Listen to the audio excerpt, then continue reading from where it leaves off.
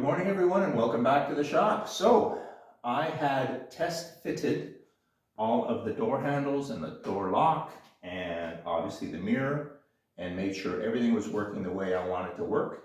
And then I took it all back off. Again, you have to make sure it fits first, make sure everything's going to work before you put effort into something. So basically I then took everything back off of the vehicle. I then polished the doors, so both doors are now been cut and polished up to the top here, so they're looking fantastic.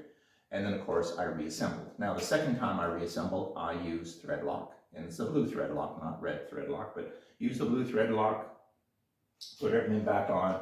I oiled all of the rods. Remember the rods that I introduced to you in the last video that they actuate everything? Everything here is a rod. I push this button and there's a rod that it pushes down on that lock mechanism. So all of those where they connect, I've already put silicone in there and greased them all up so that way it's nice and smooth operation. And like I said, so doors are all together. Now, what else has been together? I put into the door strikes, I have both the interior light switch plus also the alarm grounding switches. Now, what that's for is when I lock the car, and you can see that the locks went down. When I lock the car is now armed. So if I would open this door, obviously the ground connection would make contact and the alarm would go off. I'm going to save you that ruckus. But I can also unlock the door or unlock the car, which also then deactivates the alarm system. Now, this particular alarm system has a 20-second delay. That means I've got 20 seconds to get to this door and pull this door handle open. If not, it's going to rearm itself. And that's, I guess, just a safety thing, right? Maybe you get distracted, you walk away, or you accidentally unlock the car. It's going to relock itself. There it goes, like I said. So that automatically locked the doors. So that's a little bit of time travel there for you. So now, again, I have to re-unlock.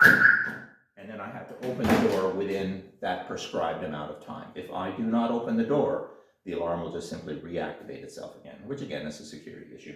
So now that the doors are all in place and the wiring is about 80% done, again, a lot of the electrical still not connected, right, the power windows.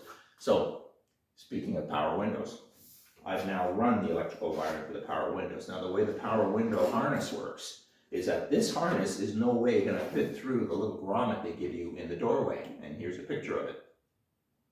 But basically the way it works is every downstream connection off of this has a connector on the end. You have to remove those connectors.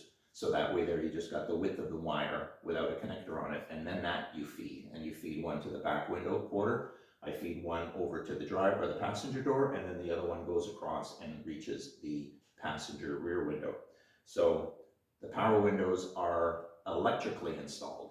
So what I have to do is I have to install the power windows themselves. So I'm going to be starting with the quarter window, get the quarter window in, and once the quarter window's in and I put that track in, we'll be able to start putting the glass in, and once the glass is in, we can then test it obviously with the power windows. And once the power windows are all tested, I can't adjust them yet, and that's because I need the seals here and I need the roof back on. So I'm going to put them in, but I'm not going to do any adjustment, and we'll just leave them like that. And then we're going to turn our attention to the dash. We're going to then paint the dash, we're going to paint the glove box, we're going to paint the ashtray, we're going to paint all of the steering column, do all of that. And then we can start assembling the dash, which means then we can start finishing up the wiring and getting all that done. So this was just a quick update. Hope you enjoyed the video. And if you did, hit that like button. And this is what I'm doing, and I'll probably see you in a few days with an update on the glass, and I'll show you how that went. I'll see you then.